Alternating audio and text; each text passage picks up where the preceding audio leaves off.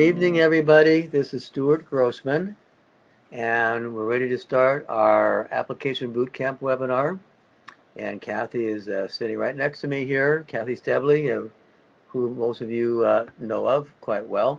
She's our chief head student advisor, and she's done this webinar for, I don't know, how many years, Kathy, with me? Probably seven. Seven? I think even more than that. And so we're happy to have her back. And so I'll be here as a moderator, and she'll go through this webinar and give you guys all the information you need on the whole application process. So go ahead, Kathy. Let him know about questions. Oh, and so as far as questions go, the easiest way to do questions is to type them into the questions panel. And at a couple times during our time here, we'll take a break and go through a few questions, and then we'll try to continue on. So that's the best way to get your questions. And you can also maybe raise your hand. Maybe I'll call on you if we have time, but the question panel is the best way. Okay. All right. Thank you, Stuart. And good evening, everyone. Welcome to our application boot camp. As you see here on our first screen, we are going to talk just very briefly about college selection because hopefully most of that is taken care of by now. We'll go through in detail the actual application process. We'll talk about the application essay, and then we'll talk about a senior checklist, both for fall, spring, or fall, winter, and spring. So here we go.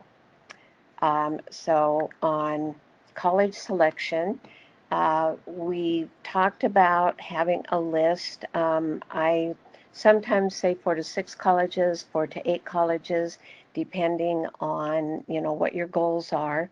And hopefully that you've gone through and done the process so that you have a list of colleges that meet all of your criteria, that meet your particular needs. And I always say colleges that you're going to be happy at, because if you're going to spend 4 years at a college, you want to be happy or you won't do well. So hopefully you've completed your college exploration process and you have the actual list of colleges that you're going to apply to. Now, in the process, we hope that you have checked all of the admissions requirements, especially the core subject requirements, as well as any documents required. And when we talk about documents, we're talking about transcripts, recommendations, SAT or ACT scores, and so on. One of the reasons that we ask you to choose a minimum of 4 colleges is so that you have admissions and cost options, and we'll be talking about that. I have referred off and on to my students, and I'm sure the other counselors have, about Tier 1 colleges, Tier 2, and Tier 3. A little further on in the presentation, I'll differentiate those. But if you are applying to Tier 1 colleges, if those are your top choices, be sure that you also apply to at least 1 or 2 Tier 2 schools. So again, you have admissions options. The most cost-effective colleges for any of you will be in-state public universities, but we'll talk a little bit about private colleges in a few minutes.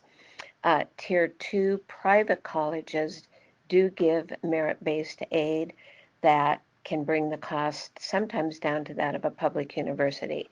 Merit-based aid, of course, is based on the student's academic credentials. All right, a very brief discussion about Tier 1, 2, and 3 colleges.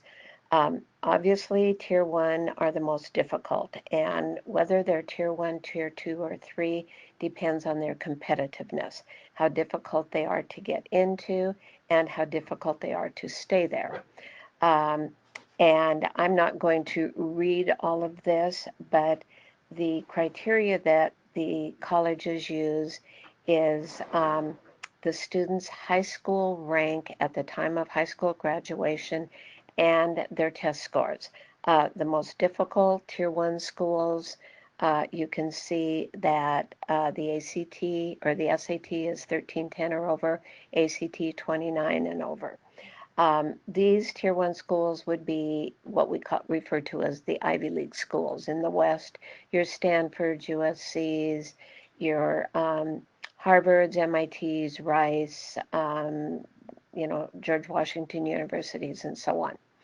Tier 2 fall into two categories. We call them high tier 1 or high tier 2, and those would be under the very difficult category. And then the lower tier 2 would be the moderately difficult. And then tier 3, the minimally difficult. And if you would like to explore this a little more, if you go on our Career Cruising website and go into the school selector link of the Explore Education Options tab, you will see an explanation of the most difficult, very difficult, and moderately difficult. And when you are doing a college search on Career Cruising, you can see which level your particular college falls in. All right, let's talk about admissions requirements, and I divide those into those of public universities and private universities. For public universities, most of them automatically admit students who meet a certain GPA and/or test score. I know for example, WSU, Eastern, Western, it depends on the school, but it could be anywhere from a 3.3 up to a 3.6 or 7 where you're automatically admitted, or a particular test score. If you don't meet one of the automatic admissions, then you go through what we call a review process. And in the review process, the colleges look at the student holistically. They look at not just your academic achievement, but also they'll look at grade trends. For example, if you had a really bad freshman or sophomore year, maybe you were ill or whatever, but you did very well your junior year, they would consider that. That's what we mean by a grade trend. They'll look at the quality of your courses, and this is extremely important. They like to see that students have challenged themselves and taken a rigorous curriculum. They like to see advanced placement courses, international baccalaureate courses, but there are also rigorous courses that don't have to be AP or IB courses. They also look for involvement in the school and community. They like to see that a student can handle something other than just their academics. They like to see that they're involved in the community. Colleges like to see community service. They like to see leadership activities and so on and so forth. Also, they will look at special circumstances. And this is where it's important to let a college know if you have those. Maybe you were very ill for one of your years, and that is why your grades went down. Or maybe you had a death in the family or something that contributed to your grade trend. So always let colleges know that information. And I think this next one is very important because you folks are coming up on your senior year. Your senior year curriculum is very important. I know I've heard many, many times from my students that, gee, I worked really hard for 11 years and I kind of want a free breeze at my senior year. You do not want to do that because colleges look very seriously at the senior year curriculum. They want to know that you've challenged yourself, because the more rigorous curriculum, the better chances you have of succeeding in college. And they want you to be successful your freshman year. Um, and oftentimes, if a student takes a real weak senior curriculum, even though they might have a strong grade point average or SAT scores, they may not get into that college for that reason. And always check to make sure you meet the core curriculum requirements. The state of Washington, public universities have a standard set of core curriculum requirements. Private schools, some of them have their own. Be sure that you look at that for every school that you're applying to, and you will find that on each school's website. All right, private universities, very similar. Some of them may have a little more rigorous admissions standards, not necessarily, especially obviously the tier 1 schools will have.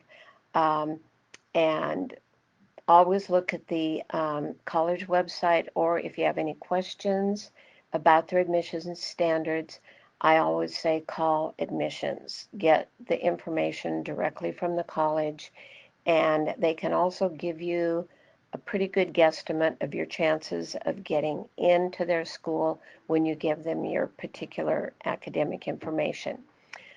Private universities also look at the student holistically. Again, they like to see that a student is involved outside of the classroom. They like to see community service, leadership activities, student activities, and so on. And what you'll see in private universities that you don't see in public universities, generally, I guess I should say never, but generally, they sometimes will give preference to students who meet certain criteria such as diversity, religious, socioeconomic, or talent criteria. A lot of the private universities are religious universities, and they will tend to give preference to people in their particular denomination. Many of the private schools are secular. They're private, nonprofit, but not associated with a particular church or religion. But so if you are applying to private universities, you might want to consider all of this. All right, let's talk about the actual application process. There are currently three types of applications. Most of you have heard about these, but let's just go through them very briefly. The common application is used by most private colleges and some public universities. And the common application you can access online. It's on there currently. You can just Google common application. And when you get into the common application, you will create an account, have a password so that you can access it, save your information, go back to it at a later time. The common application can be sent to any of the private colleges that you will apply to, and some public universities will take the common application. The coalition application is relatively new. It's only been available for a couple of years now. It's similar to the college or to the common application. There are some differences, and one of them is, and I'll talk about this in a little more detail, but it has some tools that help students store their documents and so on that the common application does not have. There are over 125 private and public universities that currently use the coalition application. Very few of them are on the West Coast. There are only 10 colleges on the West Coast. In Washington, it's the University of Washington, Seattle, and Bothell. In Oregon, it's the University of Oregon and Reed College, which is private. And then in California, the Claremont McKenna schools, which would be Claremont McKenna, Harvey Mudd, and Pomona, all use the coalition application.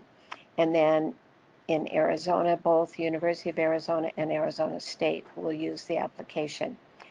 And what I always suggest to my students is, you will check your college to see which application they accept. If you are applying to, for example, several private schools, you might find some of them that accept both the common application and the coalition, and then naturally you would only have to do one of those. The third type of application are for the individual public universities. As I said, some universities, public universities, will accept the common application, but most of them do not, and you will use their individual applications. Okay, so let's talk a little bit about these individual applications. As I said, the common application is accepted by most private colleges. When you have done your college selection, you know the colleges you're going to apply to, check their application website to see which application they accept. And in this case, you complete one application and one major essay, and then you send that to all of the private schools. This application is quite lengthy, and I suggest to students that you get started on it summer before school starts and you get so busy. This will take you some time, but you don't have to do it all at once. If you have a resume, it will be very helpful because there is an activities and a community service section on the common application. that if you have a resume, you can just transfer information from your resume onto the application. And what I always suggest when you do that, you're going to be given a limited amount of space. And so always start with the most recent activities and those you consider most relevant, and then work backwards because you may not be able to get everything into that section. Now, with the Common Application, after a university receives your application, most private universities will send you a supplement that will usually it's a one-page supplement with asking for some additional information, and there will usually be one or two shorter essays. The essay for the Common Application is a major essay. Those essay prompts are online now. There are 7 of them. You can choose the one that you think you can do the best job on. The word limitation is usually around 600 words, which is a good size essay, but most students have a hard time getting everything in 600 words. But expect to see a supplement coming from the private schools that you have applied to with the Common Application. All right, the coalition application, as I mentioned, there are 125 member colleges that the purpose of the coalition is they believe that they have improved the admissions process. As I said, most of them are unfortunately on the East Coast. There are 10 on the West Coast. And the unique thing about the coalition application is they provide a single centralized toolkit for students to organize and refine their application for numerous colleges. They call it the locker, and this locker will store essays, artwork, videos, recommendations, all kinds of things. And in order to really fully understand it, you actually need to get into the coalition application. Again, like the Common Application, you will create an account and then you will begin your application. Coalition essay prompts are currently online, and if you look at the essay prompts for the coalition and the Common Application, you will find that there are some that are similar. And so if you're applying to schools that require both the coalition and the Common Application, sometimes you can get away with just doing one major essay and using it for both applications. For example, the University of Washington accepts only the coalition application. That's the University of Washington, Seattle, and Bothell. And if you're also applying to some private universities where you're going to need to do the Common Application, check those essay prompts for both applications. You might be able to just do one major essay.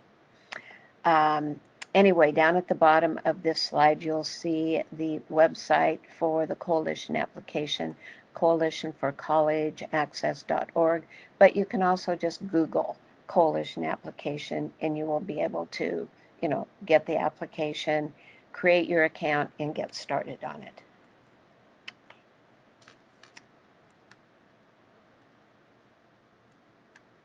Okay, public universities application. As I mentioned, some will use the Common and Coalition application, most will not. And so what you do is you just go into the college website and follow their application links. And when you get into the application link, it will ask you for freshman, transfer, whatever. And so you will, of course, follow the freshman application links. You will create an account just as you do with the other applications. Now, for the public universities, most of them do not have a required essay. Some will. Some of them will have a voluntary essay, and these are my thoughts on voluntary essays. If you are a good writer, I say do the essay because oftentimes it's that essay that's used to make final decisions. If there's, one space left and you have 2 candidates with the same academic credentials, but one has written an essay that's a good essay, that might just be what, pushes you over the top. So if you're a good writer, I say do the essay. If you're not a good writer, I say don't do the essay because it's voluntary. Okay, why am I not getting my... There we go. Okay, completing the application, and this will go for pretty much for all the applications. If you are wondering, okay, how do I know which application? Go to the college website, pull up their application link, and it will tell you if they require the common application or the coalition or not. Create your account, complete the information. You don't have to do it all at once. You can save it, come back to it at a later time. And then when you do go to submit the application, you will likely need a credit card because there will, in most cases, be an application fee. And that fee will be indicated on their application website. Now, this is important. In addition, you will need to send the following items that are listed there. Not all schools are going to require all of these, so check the application website and they will let you know what documents you need to send in. Official transcripts. Most colleges are going to ask for that, and the transcript that will be sent to them is the transcript that shows the end, goes through the end of your junior year. So your junior year official cumulative grade point average will what will be reported, all of the classes that you've taken up through your junior year. And in order to do that, you need to see your high school counselor. If you are homeschooled and are homeschooled through an organization, there will be someone that will help you with this. The transcript must be official. You cannot send one that you have yourself or that you've gotten offline or online, I mean. Anyway, an official means the counselor has signed it and stamped it with the official school seal, and then they can give it to you in a sealed envelope marked official, and you can send it in, or you can have the counselor send it in. Most high schools have a process through the counseling center where you tell them the schools you want transcripts sent to, and then they will send them. And then they generally indicate on the back of your transcript the date that the transcript was sent and to what schools so that you have a paper trail. Test scores must be sent directly from the SAT or the ACT.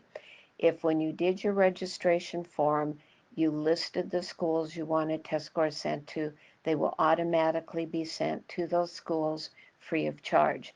If you did not do that, you will need to have them sent if your school requests them. And you do that by going to either the SAT or the ACT webpage, and there will be links for sending scores. There is a fee for each set of scores sent. It's usually about $11 to $12, and you will do all of that online. Some private schools are going to request a counselor page, and some schools are going to request recommendations. Do not send anything that is not requested because it won't be looked at, and only if they request it on the website. And then, of course, an essay if requested. So once you have done all of that, you've completed the application, save the information and do not send the information in until if you see that your school is beginning to accept applications in September, then you can go ahead and send them. And I'm going to talk about different types of application deadlines here.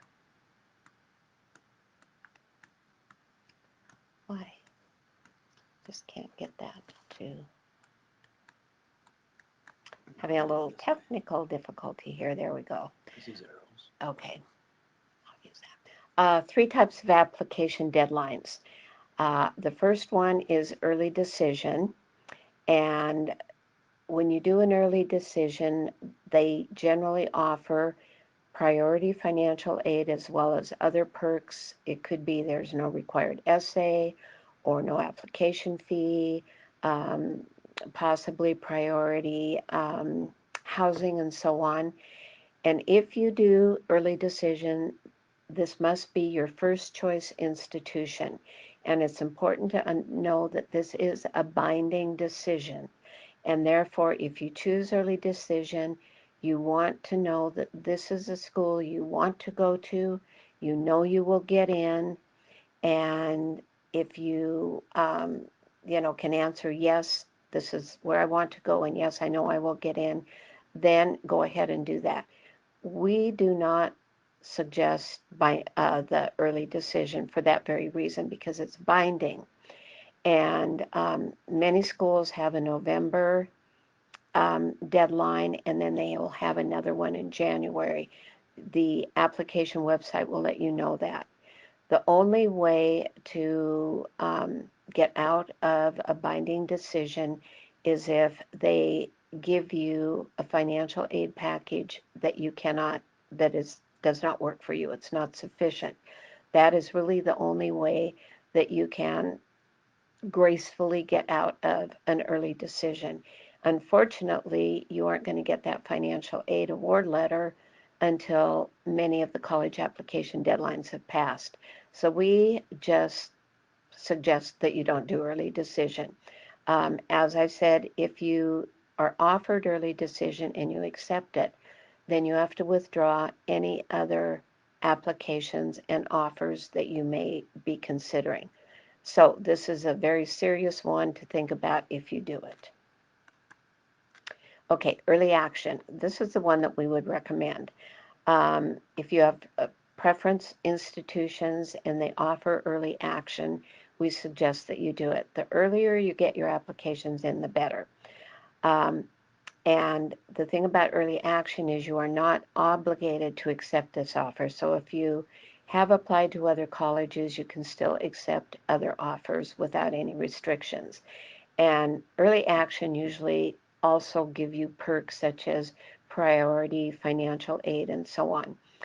If you cannot find on the application website whether or not your school accepts early action, then simply call the admissions office. It's usually the fastest and easiest way, and they can tell you directly. We suggest applying as early as possible for a number of reasons. First of all, because now that the FAFSA is being accepted in October, we like to see the applications and the FAFSA go in concurrently, because for final financial aid award letters to be made, you must have been accepted to the university, and that university must have your FAFSA information. So early action is a good thing. Okay, then there is regular decision. And this is for any school you're interested in. Sometimes students change their mind during the fall and decide to apply to different schools, or for whatever reason haven't gotten your applications in. Just pay attention to the deadlines, because they will be on each college application website. They usually range from January 15th to May 31st. The University of Washington has the earliest regular decision deadline, and that is November 15th. If you're applying to any community colleges, their deadline is May 15th. That would be May 15th of your senior year. But we suggest applying in the fall, because programs fill very quickly. If you're going for the Associate of Arts degree, the AA degree, which is the transfer degree, you want to be able to get the classes that you want to get your general university requirements out of the way. So apply early so that you can get your testing done early, and then get your registration done early so you can get the classes that you want. Oops, let's see. There's the back arrow. Mm-hmm. I need to go back. I skipped a slide. There we go. Sorry. I go there also. Okay, things to remember. And this all ties in with doing your applications.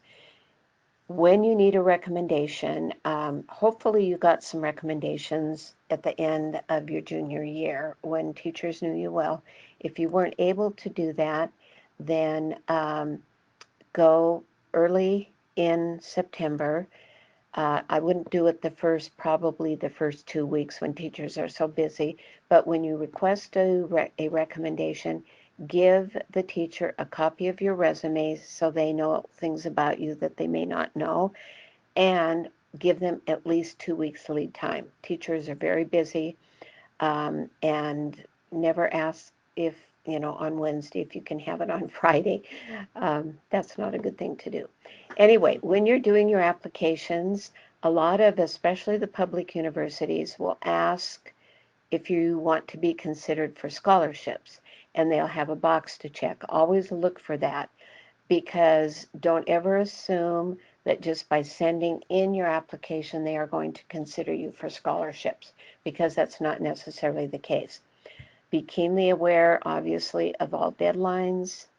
Now, when you're doing your college applications, obviously use proper English and writing conventions. Um, you're going to be typing these online, and you want to be sure that your spelling is correct, and so on and so forth. Another suggestion is, once you do your applications, you want to create an application-specific email address and check it regularly. And by application-specific, I generally mean something that looks professional, not something that's off the wall. And check your email regularly. Once you've submitted your applications, I suggest checking it daily, because this is how colleges are going to communicate with you. And if you miss a deadline, or they have emailed you about something missing from your application and you don't respond to them, you may totally miss out. So be sure that you check your email regularly. If you have particular questions that aren't answered on the website, the best way to go about it is directly call admissions. The admissions phone numbers are on all the websites. Admissions always answers their phone, and usually the people that answer your phone can answer your questions. If they can't, then they will send you to a department that can answer it. If you have to leave a message, do. Um, and they will get back to you. Sometimes it might take a day or two. You can also email. My personal experience is I get better response when I call. I get my questions answered quicker than by email. If you are a Running Start student, you apply as a freshman. Even though you may have an AA degree, you still apply as a freshman, because there are certain things that they offer for freshmen that they don't offer for transfer students or upperclassmen. And once you've been admitted as a freshman, then they will evaluate your transcript and your AA degree, and then move you up to junior status. But apply as a freshman. And this last item here I can't overemphasize. Your senior year, even though you may have gotten your letters of acceptance in the spring of your junior year, your senior year is very important. Keep in mind that when you are admitted conditionally on a successful senior year, on completing successfully the college, or not the college, the high school classes that you have listed on your college application, because they will ask you what you are taking your senior year. And at the end of your senior year, you will have your final transcript, sent to the college that you have been admitted to, that you plan to attend, and they will compare that senior year transcript to your application to see to it that you completed those courses that you said that you were going to take. If you need to make a change to your schedule, unless it's an elective that wouldn't make much difference, but if it is a core curriculum class, an English, a math, or a science or a social studies class, or a world language class, if you're meeting your 2-year requirement, do not drop a semester of one of those classes, or if you do, contact admissions of the college you want to attend first and get directly from them if you will still be admitted with dropping that class. I have personally had cases of students that are in an AP class, and after first semester of their senior year, they've been admitted to their colleges of their choice, and then they dropped the second semester of that AP class. I have had 2 students who applied to the University of Washington, were admitted, and then were that admission was canceled because they had dropped classes second semester. So be sure, if you do have to make a change to your schedule, contact the college to make sure that it is okay with them.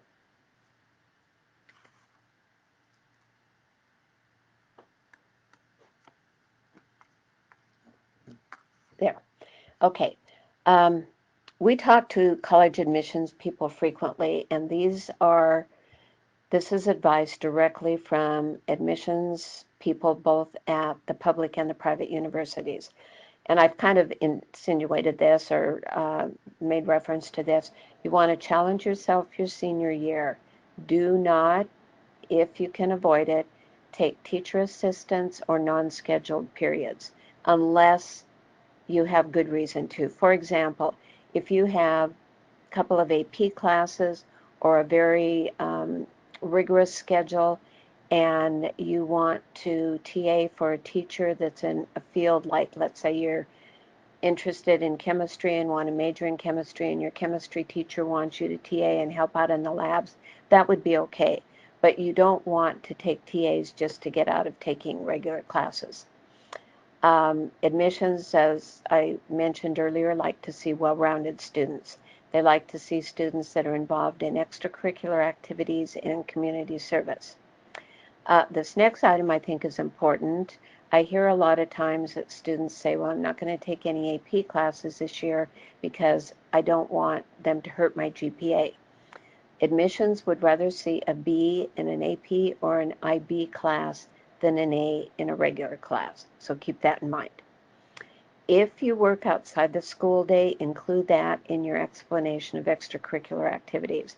That's important to admissions. It means that you can balance school and work, that it says something about your work ethic. It says a lot about you. So be sure and put that into your explanation of extracurricular activities. And essays are critical. So we are going to talk about essays. Oh, darn it. Okay, college admissions essay. Um, Essays have always been important, but they're becoming more important than they used to be because college admissions are getting more stringent. And when they look at a student holistically, the essay can tell them a lot about you that your academic records don't tell you. And the important thing to know about this college admissions essay, you should have one goal, and that is to set yourself apart from the other applicants. And in doing so, um, think about after you've selected your prompt, be it the common application essay or the coalition or whatever, think in terms of how you're going to grab your reader and make them want to read on. These college admissions people that read essays read dozens of essays every day. And so you want yours to stand out above the others that they're reading. You want to definitely personalize your essay. And the schools want to know more about you as a person. They're interested in your character and your personality. So you want to sell yourself. Um, this is where it's okay to, talk about your achievements, talk about the things that you are passionate about, and so on. When you're choosing your application prompt, if you're doing either the coalition or the common application, choose a prompt that gives you an opportunity to talk about something that's really important to you. I mentioned talking about your passion. Um, You want to be able to write about something in depth. You want to be thoughtful, and you want to be reflective. Just think that this is your opportunity to let that admissions officer know that they should choose you for a place in their freshman class based on your essay. They're looking for creativity, obviously, your breadth of knowledge if you're talking about a particular subject area, and they're definitely looking for critical thinking skills, and I'll talk a little bit about that in a minute. What you should not do is write your resume. Also, they have a copy of your transcript. They see the AP classes that you've taken. They see your grade point average. They see your AP scores and so on. So don't talk about those in your essay because they already know all that. This is your opportunity to talk about things that they can't see with your transcript and so on. Few essay writing tips. Obviously, employ all standards of good writing. There is nothing that will turn off an admissions officer faster than seeing an essay that has misspelled words, poor sentence structure, so on and so forth. You want to have an introduction, a body, and a conclusion. And all of you know that from all of the English classes that you have taken. Um, when you come to your conclusion, this is an excellent place to show some critical thinking skills. Most of you that most of you as you write and have gone through your classes use critical thinking skills. You may not even recognize that you do. But when you analyze something, synthesize or evaluate, those are the highest levels of critical thinking skills. So think about when you are doing your conclusion, if you can analyze something that you have talked about in the body of your essay. Synthesize, meaning bringing two ideas together to form a new idea. I kind of think about it in music, using different sounds, joining them together to creating a new sound. That's what synthesizing is. That is one of the highest levels of critical thinking. And then, of course, evaluating. Evaluate an experience that you had as as to how it helped form your character and so on. So think in terms of that when you are writing your essay. After you've completed your essay, say to yourself, okay, have I done any analysis in this? Have I done any synthesis or evaluation? Obviously, use good spelling, grammar, sentence structure, and so on. And number 4, be concise. And that is a skill, a writing skill that is hard. It's hard to develop by some students. I know as a previous high school teacher, I would get essays where the student would write everything they knew about the subject, hoping somewhere in there was the right answer. And usually there was the right answer in there, but you do not want, and that isn't something you would do in an essay anyway, but be concise, but be complete. Um, and that kind of ties in also with your sentence structure. Don't use run-on sentences. Don't don't have several concepts in one paragraph or a couple of concepts in one sentence and so on. I've highlighted proofreading because I can't overemphasize how important that is. Don't just proofread yourself because when you've written something, you may not recognize that it's incorrect. Have someone proofread it that is familiar with good essay writing. I always suggest an English teacher if you have a parent that you think would do a good job. Great, do that, but definitely don't just proofread it yourself.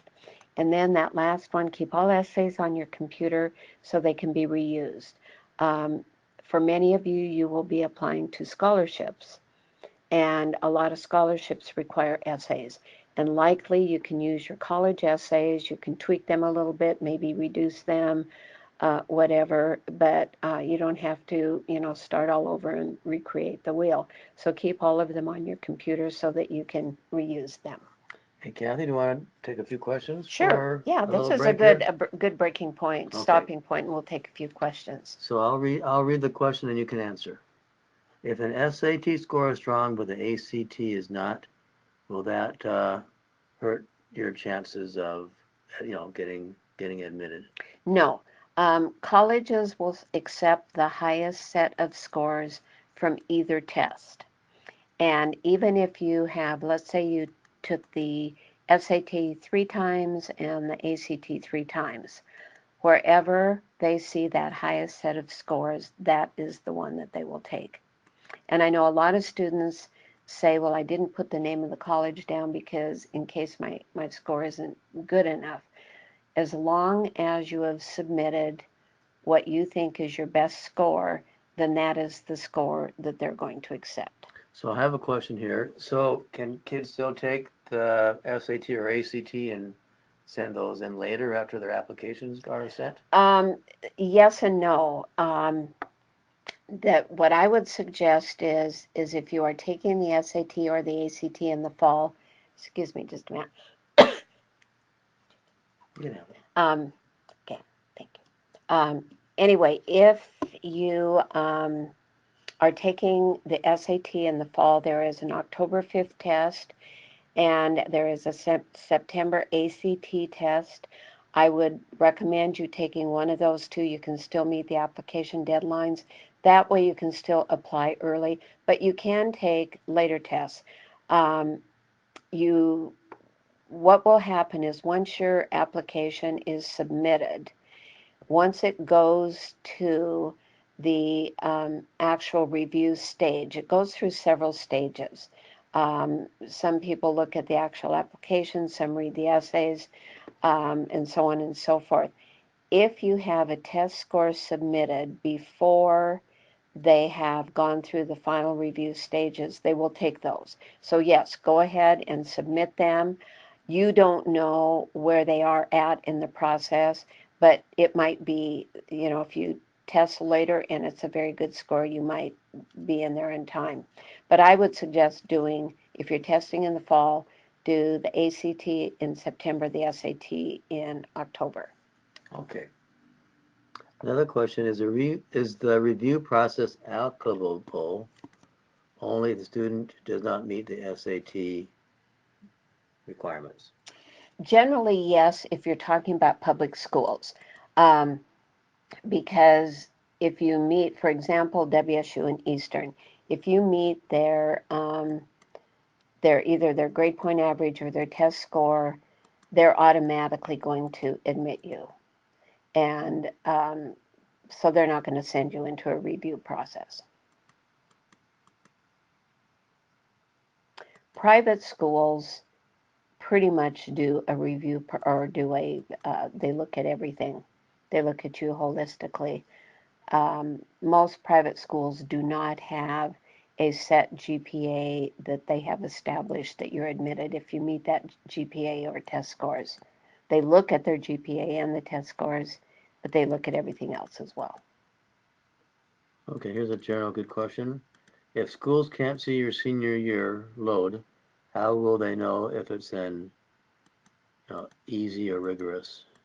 Okay, what you do in your application, all applications are going to ask you to list your senior year classes.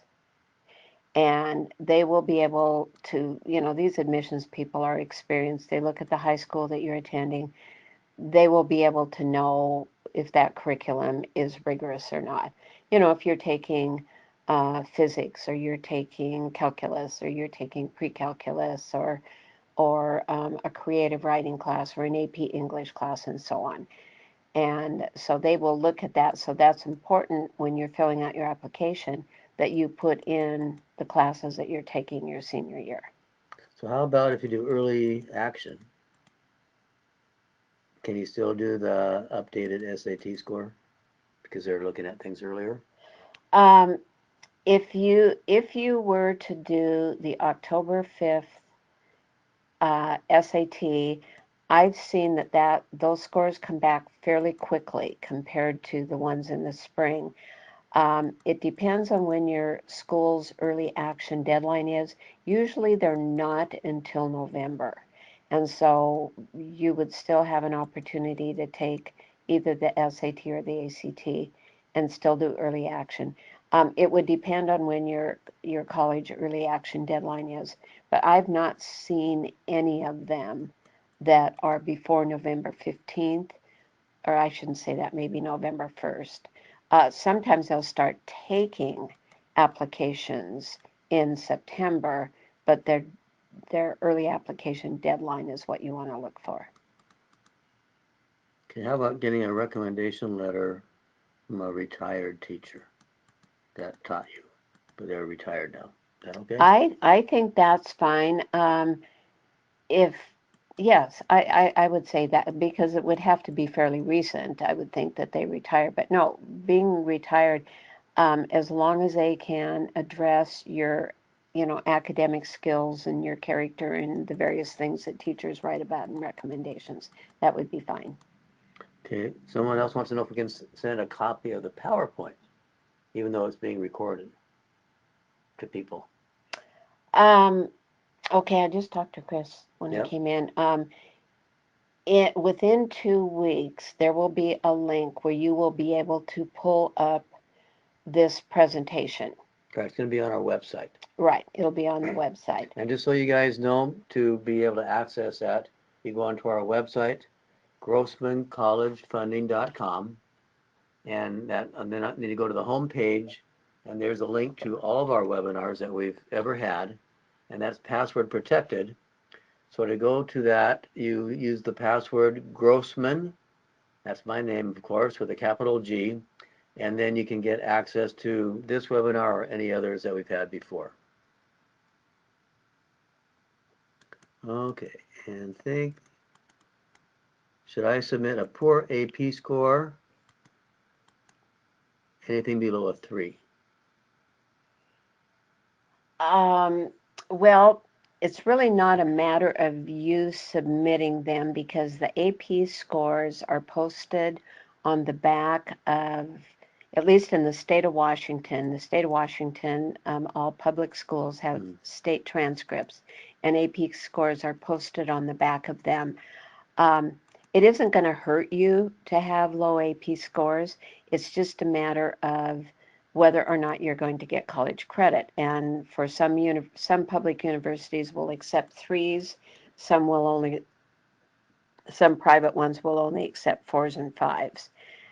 So it won't hurt. And like I said, you don't submit the AP scores. Those are already going to be submitted when your transcript is submitted. Okay, well that's good for now. Let's do some more presentation, then we'll do the rest questions at the end. Okay, a few words about scholarships. And I know that most of you know at least part of this, but the majority of the scholarship money is given directly by the colleges, about 95% of it.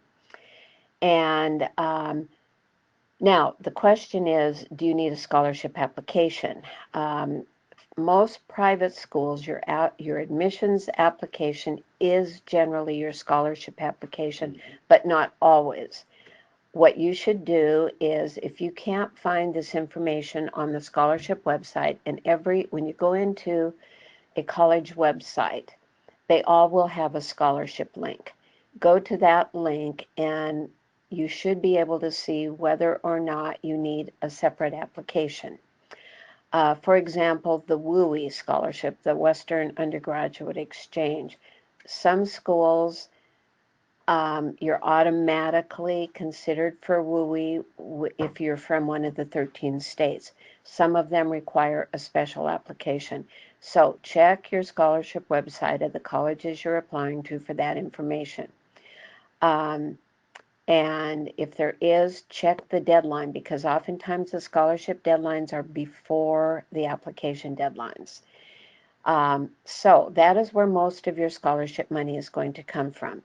And you will find out what you actually qualified for when you get your financial aid award letter, which will come after you get your admissions letter and after all of your FAFSA information has gone to your school.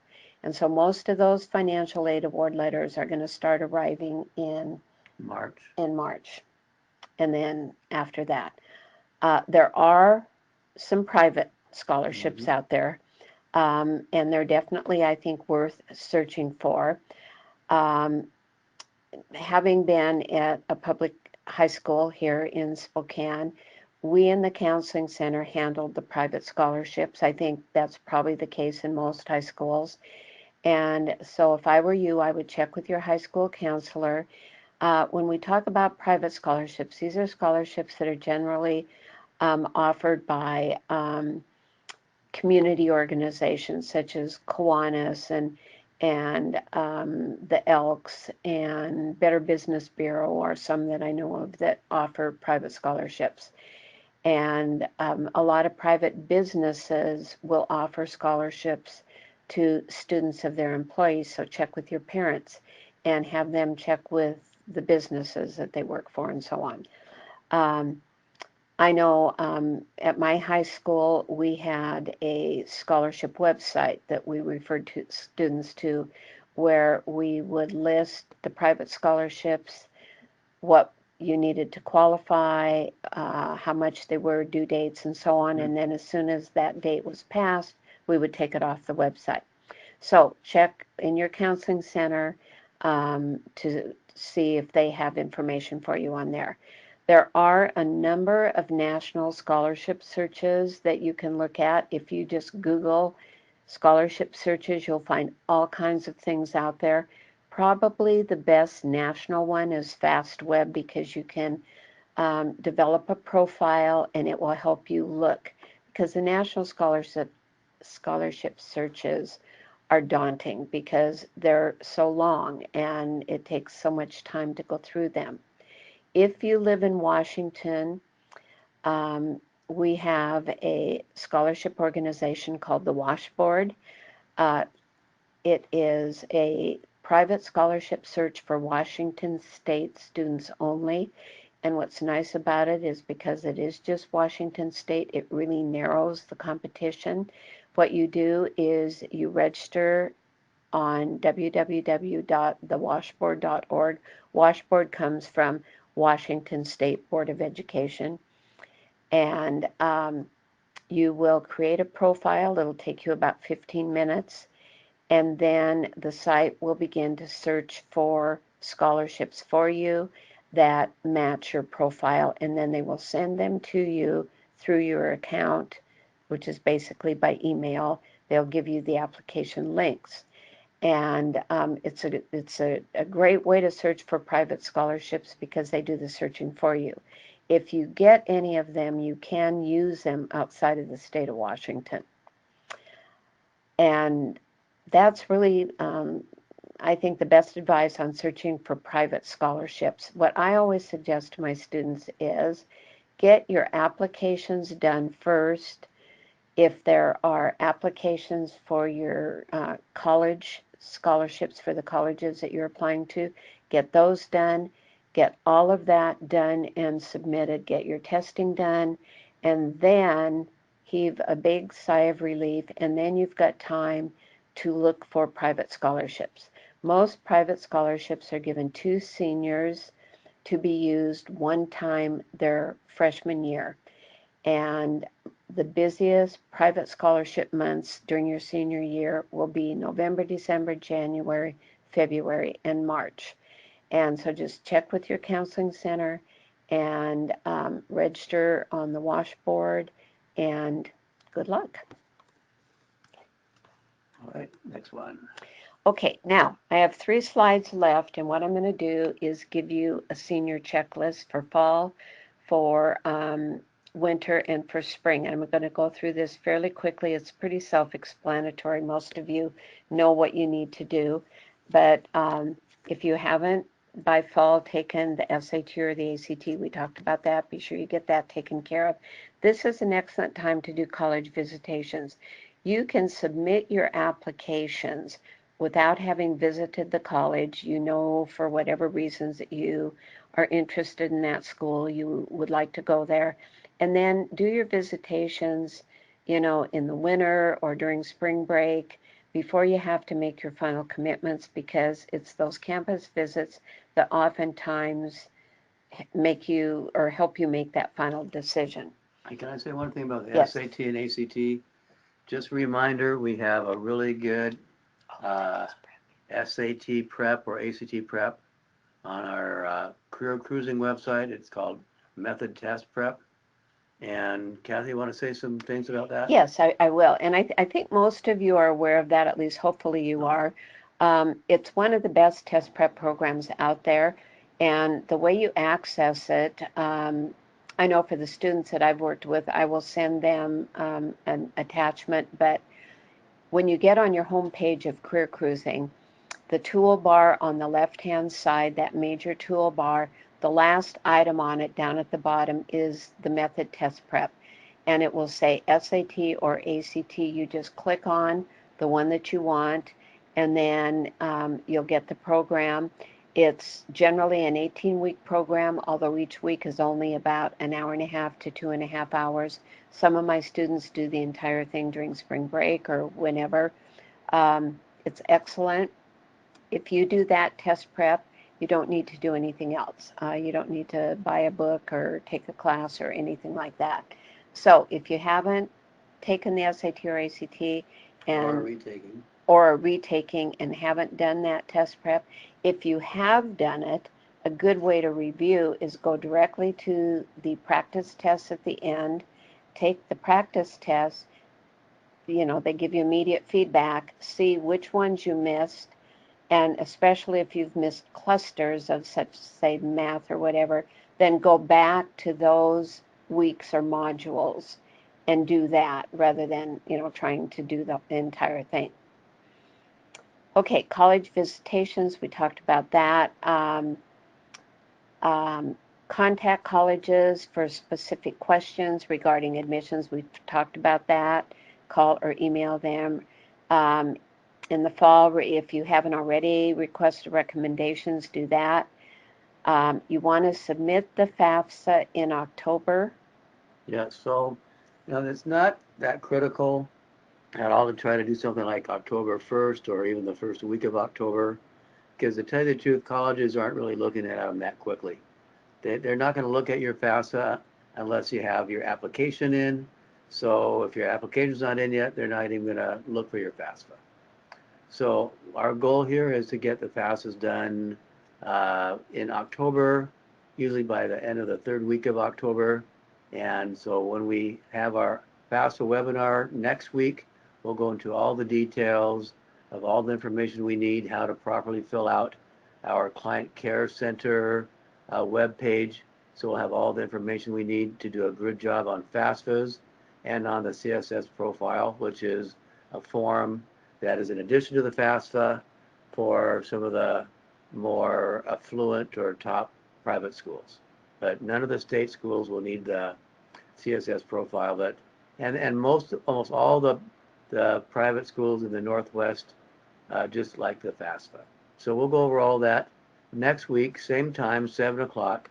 You should have an invitation on that, and be sure to register for that webinar next week.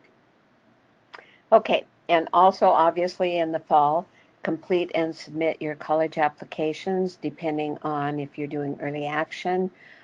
We suggest submitting them regardless in October. As I said, the earlier the better. The sooner you will get your letters of admissions, the sooner you will get your financial aid award letters and be able to plan. And that's very important.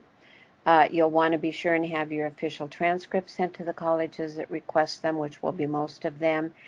And then when all of that is done, you can start doing private scholarship searches. Okay, so that's your to-do list for the fall. And then for the winter, this will be any applications that you haven't yet submitted. As I mentioned, a lot of the application deadlines are not until January and February.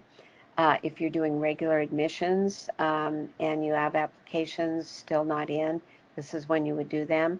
Continue working on scholarships. This is the time when you want to keep colleges updated of any changes in your curriculum or in any honors you receive. For example, some of you may find out that you are a National Merit Scholarship Commendation winner or semifinalist. Let your college, if you've already applied, know that, because that might help you get more merit-based aid.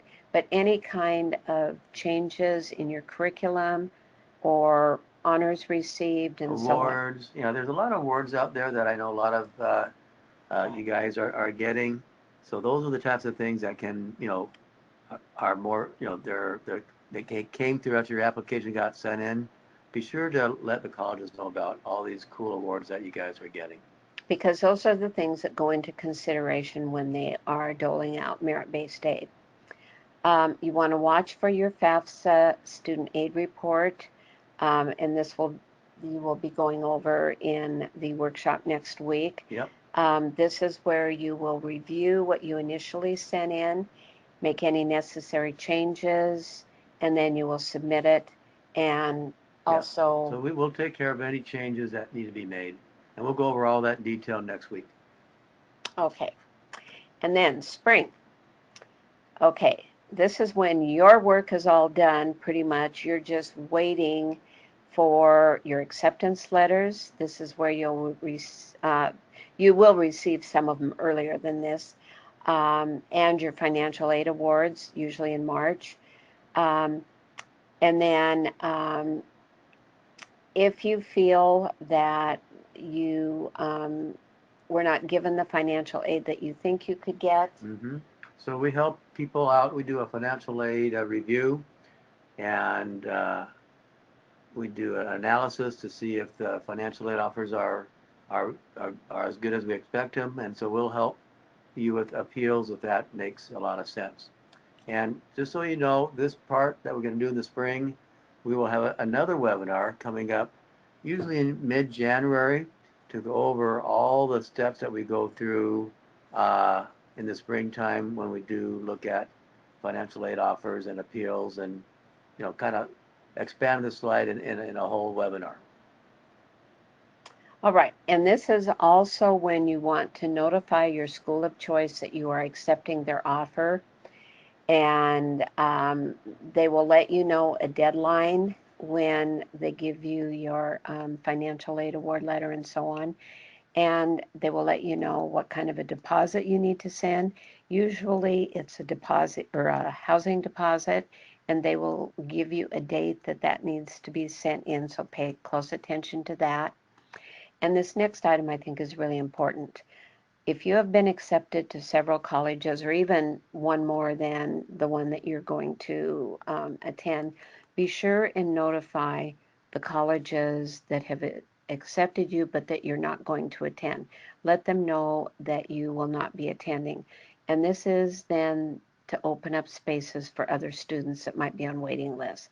So it's just a respectful thing to do. Let the other colleges know that you're not going to be attending. And this next item is really important. Make arrangements to have your final transcript sent to your school. This is your final transcript at graduation, and usually schools have a particular procedure for having that final transcript sent.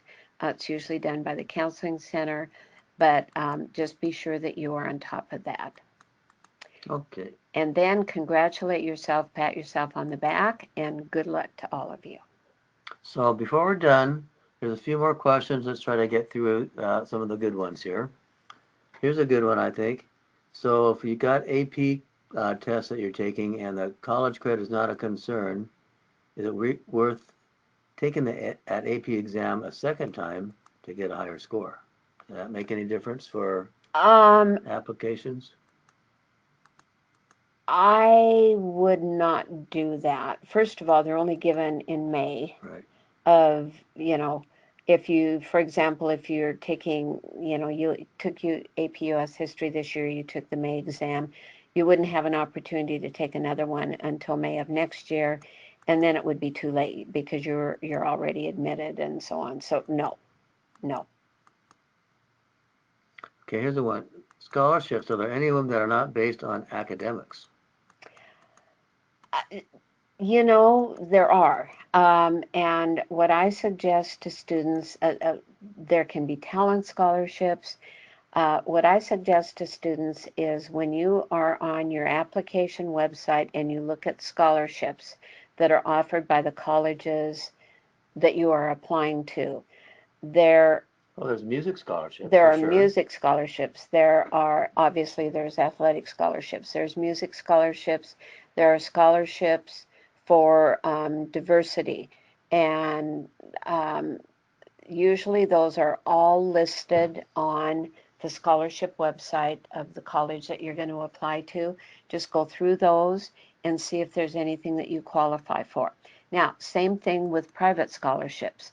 I know that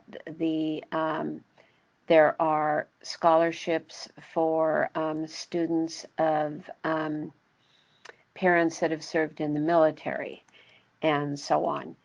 So there are scholarships for, you know, the majority of them are academic, but there are some others. You just have to find them. Okay, here's a good one. Do you recommend submitting your admissions application even if you might automatically be admitted based on academics? I'm sorry, I didn't understand that. Read that again. Do you recommend submitting your admissions application? So I think in Idaho, for instance, a lot of times, so the state schools in Idaho will automatically, because they know your grades or something, somehow they get your grades. And they send you Right. an acceptance. Uh-huh. You know, that's a good question, and I have to tell you, I don't know the answer to that one. That would be a question to call admissions and find out directly from them if they need an application. Because that's the only state I know that they kind of do that. Mm-hmm. Okay, what's the best way to update the colleges on your honors or awards or changes? How do you do that? What I would do is I would send an email to admissions, and I would ask that this information be applied to your application. Obviously, identify yourself, give your student number, and all of the identifying information. Again, you could also call admissions, and they might tell you to contact um, a particular office. Okay.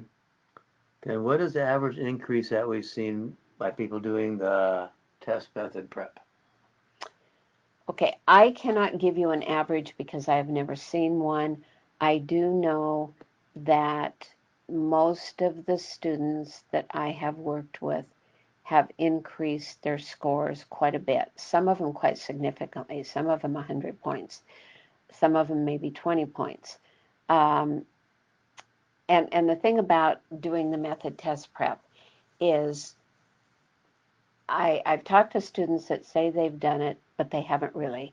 And when I say Right. that is they haven't gone through it methodically, done the quizzes, done it all. But I guarantee you, if you go through that and do the entire program, do the practice tests at the end, see the areas of weakness, go back and look at those modules. Um, I guarantee you, you're going to increase your scores. Obviously, I can't tell you how much, but there are all kinds of test prep programs out there. There's the Khan Academy. Um, there are test prep programs that online that students pay for. I say you all have access to Career Cruising. Every one of you have an account. I would do the method test prep. It's excellent. Yep. And like what Kathy said, a lot has to do with how well you do the work. Mm-hmm. If you just fly through it and just kind of breeze through it, it's not going to sink in and not be helpful to you when you take the test. Right. So, those quizzes are good because if you get good scores on the quizzes, you can move on. But if those quiz scores aren't so good, you should review that information and take that section again. Right. And the thing that's nice about doing the quizzes after each week or each module is they give you explanations of why you missed them. And I think that's important. And the practice test doesn't do that, but the quizzes that you've already taken do that. The practice test will give you immediate feedback so you can go back to those modules. Okay, is there any more? I think that's about it. We're running, kind of almost an hour and 20 minutes or so. So there might be a couple little more questions. If there's any questions that you guys have, be sure to just email them to our office, or you can email them to Kathy directly, right? Mm-hmm. And so thank you very much, Kathy, for taking some, your time this evening to do this webinar once again this year. Well, thank you to students for joining us. It's been my pleasure to do this, and I hope it was helpful. And I just want to wish all of you the best of luck, and particularly have a great senior year. So remember, we'll have this recording up hopefully in about a week, but 2 weeks at the latest. We got a person who does that stuff on our website. And I think it's a good idea to email out this the writing part of this webinar too. And I think they do that automatically. Right. All right. Well, we're done for tonight, and stay tuned for next week, 7 o'clock. Be sure to sign up for the FAFSA one that will be done by Chris Gray and Angie. And as you know, Angie is our specialist when it comes to all the FAFSA stuff. So she'll be leading that with Chris. And that will be a very good one to attend also. So have a good evening. Bye-bye. Thank you, everyone. Bye-bye.